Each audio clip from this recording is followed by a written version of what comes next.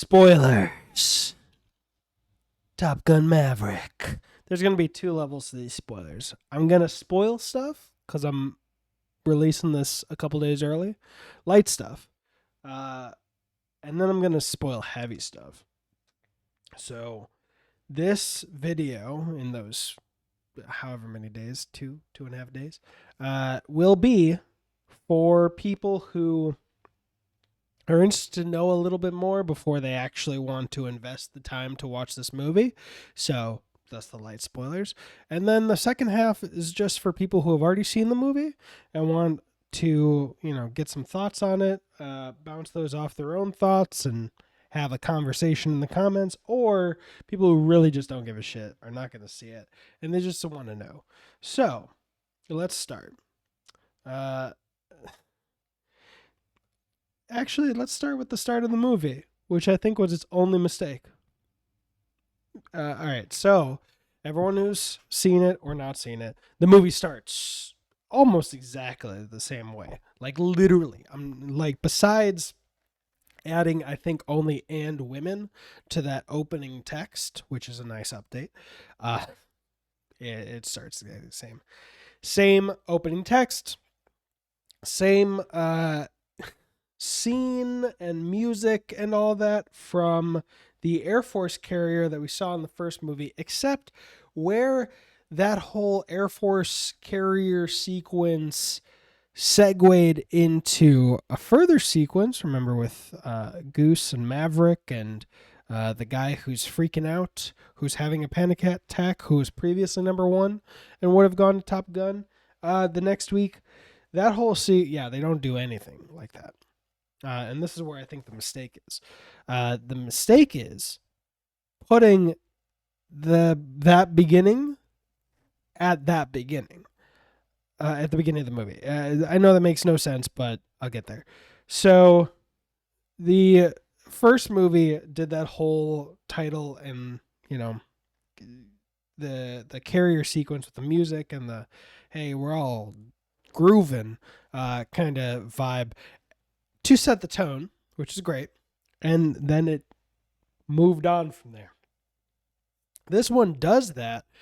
And then instead of going on to some mission that's happening from that Air Force carrier, it just cuts to Maverick somewhere else, doing something else. So really, the purpose of that was to tell us, don't worry, you are seeing a sequel to the movie you've already seen? Like, I get it. It's been a while. You want to reassure the audience that, we're not going to mistreat these characters, but it's, fucking Tom Cruise producing the movie. I think if you were ever worried, anyone who's already worried is not going to have their worries evaporated. It won't have just fallen away like, oh, you did exactly the same thing again. I'm not worried at all. Because that's kind of a signal. It can be a signal that you really don't know what you're doing. If all you're doing is copying what we've already seen almost exactly and just recreating it shot for shot kind of deal. Now, again, I don't want that opening text and sequence gone. I just want to move it. So I think the right way to have opened this movie would have been no text, no aircraft carrier, no playing the same song again. Cut straight to, I want to say Ethan Hunt. Maverick. I really will not know his legal name. Maverick doing his thing. His Mach 9 thing. Great fucking sequence. If you haven't seen it, where we pick up with Maverick is he is living in the desert in California with his own plane that he works on, and he's working, his day job is testing this plane that can be flown at Mach 9, and their goal is Mach 10. But this guy is coming and he wants to shut them down and get their funding and use it for drones. So instead of testing Mach 9 and then testing Mach 10 2 months from now, this is their last chance. He's showing up before their Mach 9 test to shut them down. They've got to start sooner than they were planning to go for Mach 10, doing more than what they were planning. And the sequence is stunning. It's gorgeous. Outside of the moment when Maverick meets up with the team and you can tell something's off, that outside of that, it was so fucking corny. It was like, I don't know, they could have just dialed the corn back a little bit. It was like a scene made for babies. Just those first like 5 seconds. I don't know why. Maybe you'll get the same vibe, but I was like, this is a weird tone. But it's like blink and you'll miss it. Don't worry about it. It doesn't ruin the scene. But it's this. It gives like this feeling of awe that like maybe people saw in The First Man or whatever that Armstrong movie with Damien Chazelle and Ryan Gosling was. I think it was First Man. You get the feeling that movie wanted to give you, and I think did. In just this opening sequence, it's fucking great. But Maverick being Maverick, even though he succeeds at Mach 10, he pushes it and crashes the plane, and it was hilarious, and it was a great start. And then Drone Dude, played by Ed Harris, by the way. Fantastic. He takes him off the base and is like, you ruined the $30 million plane, so I'm going to fire you. But literally, as we were driving over there, I got a text from one of the other parts of the military that was like, don't fire him. We need him. And I get it. I get where this is coming from, but Ed Harris is like, drones are the future. Human pilots are the past. It's basically Spectre. The whole Spectre thing, or is it more like C in... Oh no, Spectre. I actually meant to be talking about Skyfall. It's kind of like Spectre with C. It's like, you're a fossil. Technology is the future. And that factors, this whole setup, it factors into the plot. Nope. Not a bit. Not one bit. There's never a moment later where they're like, maybe we should send in the drones. Never. Get a pilot who can do this run, or we'll send in the drones. Not even mentioned. Honestly, it would have been better just to rewrite the scene and not say that it's for drones, but for like a new pilots program. Because it never comes up again. Just say that, like, look, I'm sending you to the one place I'm trying to turn into like a relic, because we've got these new teaching methods that are better. And then you know, I don't know, treat it like that. But the whole drone thing is just like, wow, what an original plot point.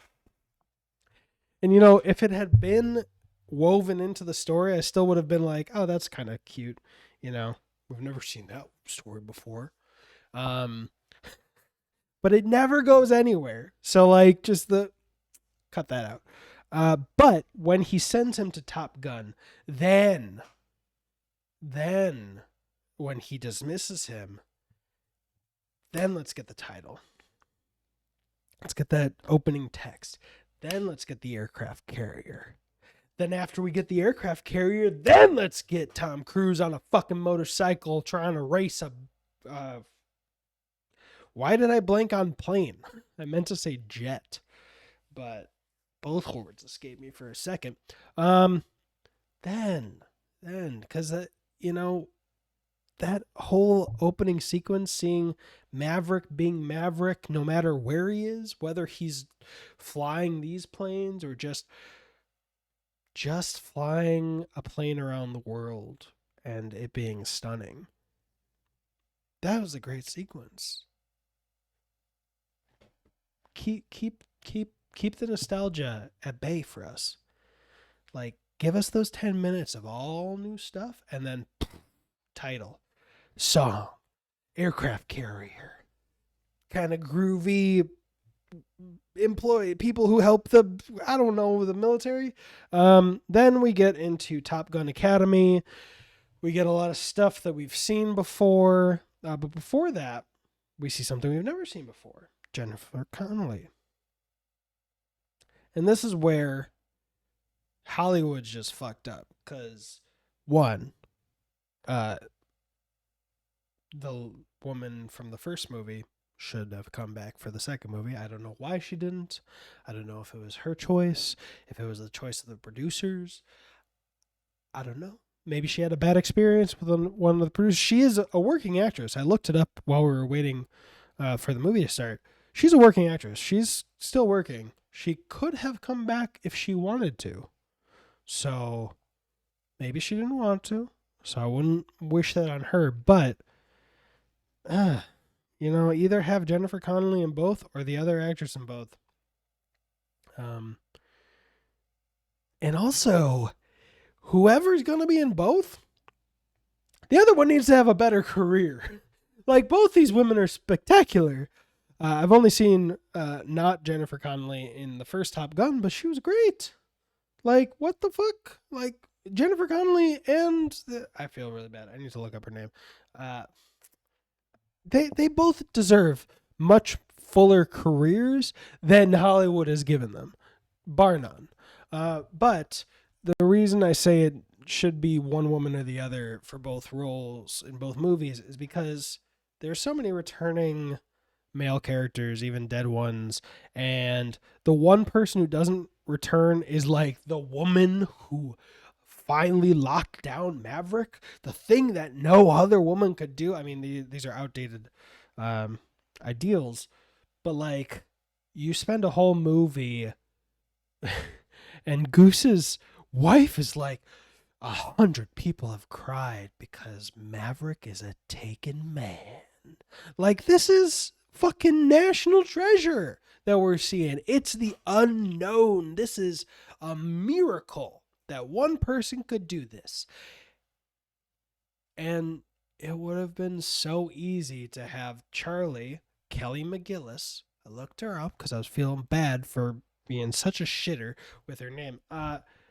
It would have been so fascinating. Like, this is the woman who is like gravity to Maverick. But he's still Maverick, so he still disappears every once in a while. And at one point, she had a baby with somebody else. Maybe even married them and then divorced them for a time. But it's Charlie and Maverick, they're like gravity. They keep coming back to each other.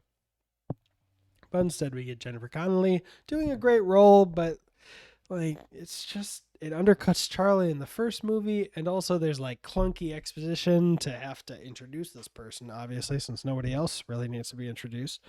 Or rather, nobody else is introduced in such a clunky way. Because we get a whole new generation of pilots introduced so smoothly. I'm not just talking about Goose's son, Rooster.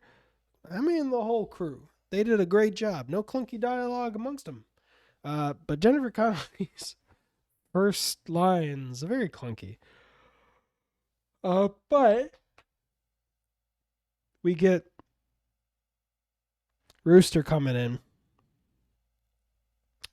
minutes before Maverick is leaving. And there's such heartbreak in Maverick. Such an open wound in both of them from their shared trauma of losing Goose in the last one. And it hit so hard. Even that first time seeing Jennifer Connelly's character even looking at not Ethan Hunt, Maverick, looking at Rooster.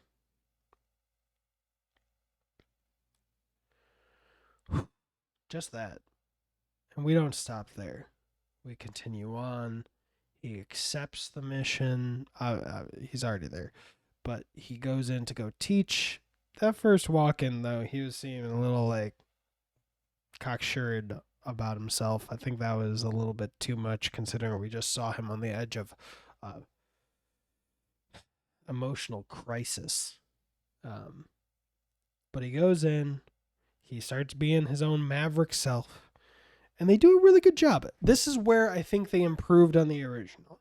The original had Maverick and Goose going to Top Gun, training, getting a lot of friction amongst the people there, and then when they graduate, the there's a mission actually. So a few of you got to come with us, and we'll see you tomorrow. So it comes out of nowhere. It still works, but it comes out of nowhere. In this one, they fixed that. They make the mission that's going to happen a ticking clock right from the get. So it's not coming out of left field. We know about it the whole time. And the mission is Star Wars A New Hope, Death Star Trench Run, whole movie to train. So imagine that you got Star Wars A New Hope, but instead of anything that you got, we just get the trench run at the end, and then you get to see all the other people who aren't Luke training. And Luke's also amongst them while training. So I thought that was a really good call. Like, it adds attention throughout the whole movie. There's a ticking clock. There's a purpose. It's not just, the sequel bait that they had last time. It was a good change to the formula, a good tweak. They took the same kind of outline-ish of the second act and the third act and just changed that detail, added that ticking clock, such a good call, and then they might have added like 10 or 15 minutes more plot that's just like, what is going to happen? Because I haven't seen this from the first movie, but we'll get there. So we get that, and there's rising tensions, of course, between Maverick and Rooster because they have unresolved issues. Maverick had put his flight career back 4 years, which is just like icing on the cupcake of you killed my dad for Rooster. Unbeknownst to Rooster, that was a wish of Goose's widow. Because she didn't want to see him end up like his dad.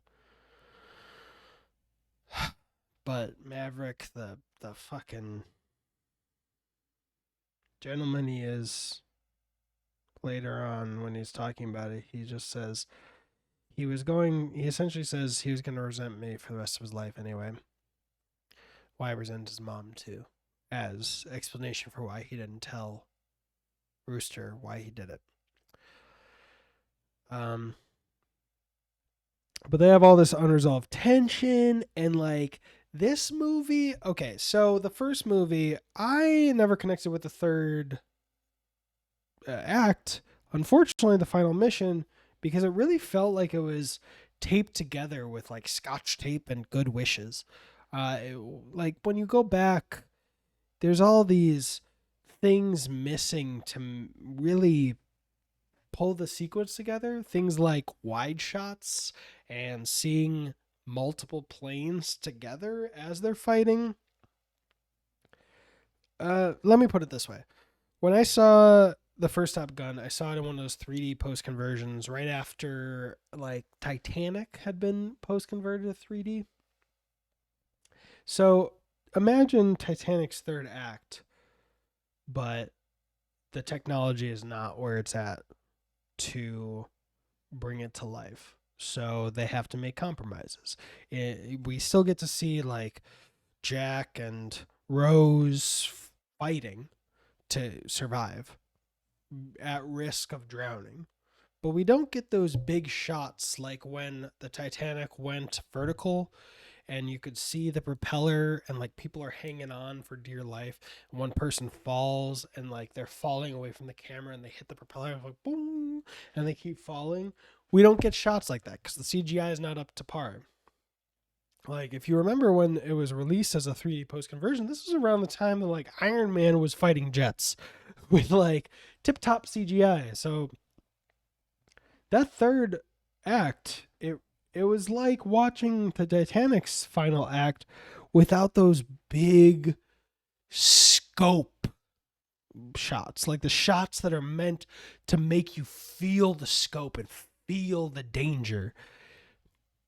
That's what was missing in the third act. Like all the other fights had those enough to get the job done, but the third act is a lot of like close ups and close shots of like bullet holes, and then like a missile shoots in one shot and then it cuts to a plane already blowing up, but you didn't see the missile hit it. And it's fine. I get it. It's of the time. The technology was not there to really bring it together, the sequence. So it's not a fault of the filmmakers, but as time went on, it just didn't age well, that last act. And it's a bummer because that's when all the setups are paying off. Things like Maverick earlier, he lost one of the training things because he abandoned his wingman. He says, I'm not going to abandon my wingman. Just all these things that are paying off, and it just wasn't hitting for me because the sequence itself wasn't working. So if that's not working, how are the payoffs, which are supposed to just be sprinkles on top of the icing, on top of the good cupcake? I'm no longer talking about the bitterness cupcake that Miles Teller has with, I almost said Ethan Hunt, Tom Cruise's character Maverick. This is the good cupcake. How am I supposed to enjoy all the sprinkles on top when the cupcake is smushed? But my whole point in saying that was that this movie gets that shit right. It's just okay. Bigger spoilers. So let me jump ahead to the third act and all these payoffs that are happening that you can call if you've seen like enough movies. You can guess them. I guessed all of them except for who would have died. At first, I thought Maverick was going to die, and they were channeling that hard. But once they channeled that hard, then I was like, no, Miles Teller's going to die. Rooster's going to die because they are laying on thick for Maverick. You know, that whole moment where he's talking to the second in command who he had been training with, and he was like, it's been an honor, sir. The African-American gentleman. So that's the one thing I wasn't able to guess because they subverted both expectations and just had them survive and work together and give us a whole new final mission to get out of there, final detail to the mission, and I loved that. But things like Hangman being said, like they call him the Hangman because he always leaves his wingman hanging, and Hangman's not coming on the mission. But Hangman's sitting in his cockpit listening the whole time. He's like, woo, or oh no. So, Hangman comes in and saves them at the last second. When Rooster's about to get shot down, Maverick comes in and saves him and then crashes. And when Maverick's about to get shot, Rooster comes in and saves him. It was funny when they reunited though, and like Maverick just whoosh, bodies him. Why are you here? But it was so good, and like another thing that I predicted that happened was like how he was gonna get his crew back after he had been dishonorably discharged or honorably discharged, whichever one at the time. And he does the whole run in like 1 minute and 15 seconds. I was gonna say 115 seconds. 1 minute 15 seconds. It was fucking great.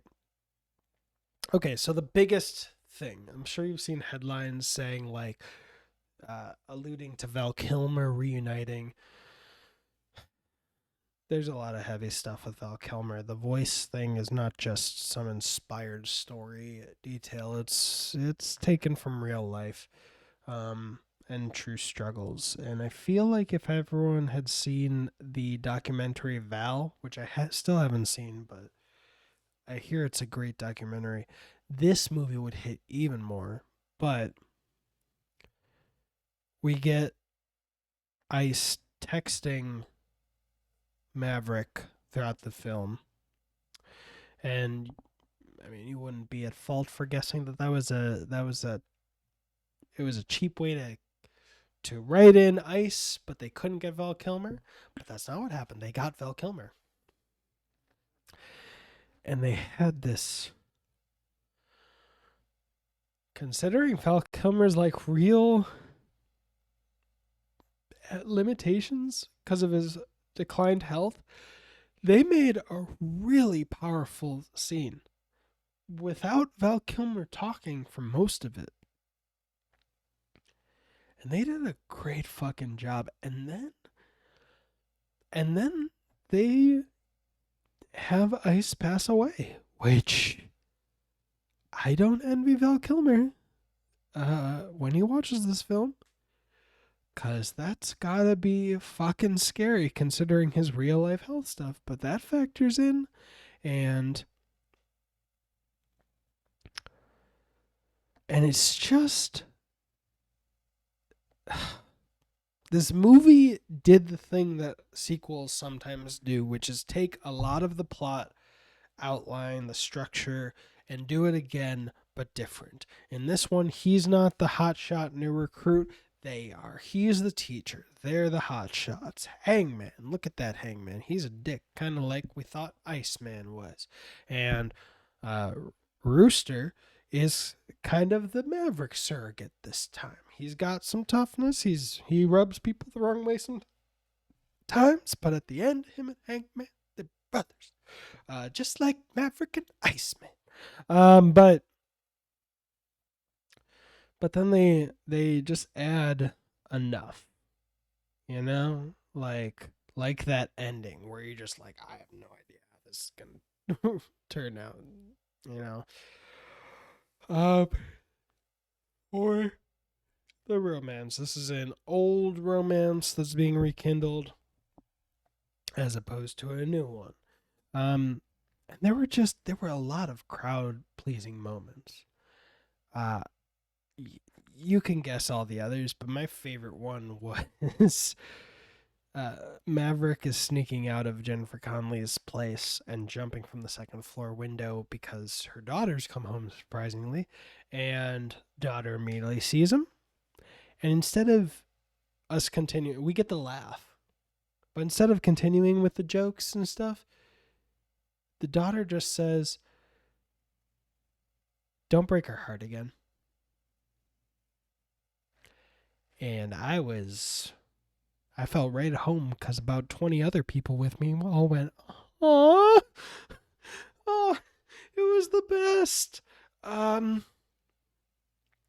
Yeah, it was really, really good. And all the sequences were filmed better. Everything was also like done for real. Like it's clear that they did it a lot for real in the first movie, but the technology's come around to be better, So we get a more satisfying experience this time.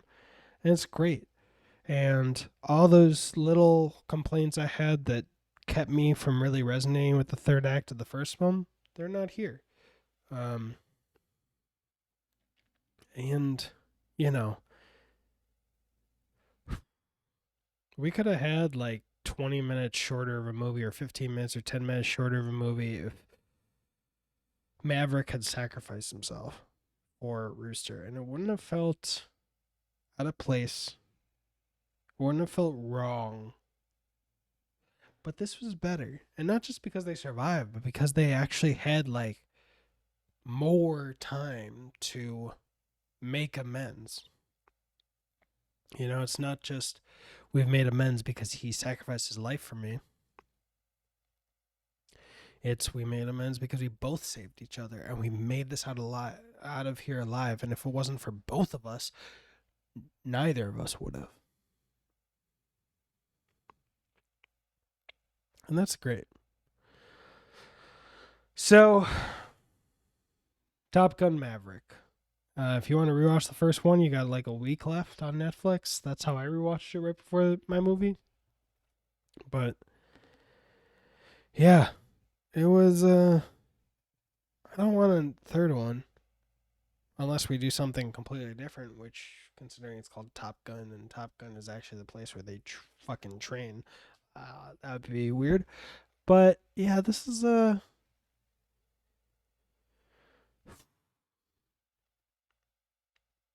This is a good 1-2 punch. You know, it's not gonna be like Terminator 2 where it's like whoa, or Godfather 2 where it's like whoa, like this is all new shit. But I think honestly, I said this in my non-spoiler like 1-minute review, but I am not gonna rewatch the first one. I think if I'm ever gonna rewatch one, it's only gonna be this one, because or if I rewatch the first one, it's with a double feature for some reason. But if I want to rewatch a Top Gun movie, it's gonna be this one. It was.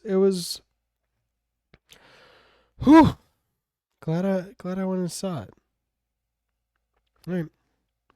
See you around. I got a movie podcast. Check that shit out. Links below. And what did you think of the movie? Like, subscribe, and watch this. Nope, that's just a quote.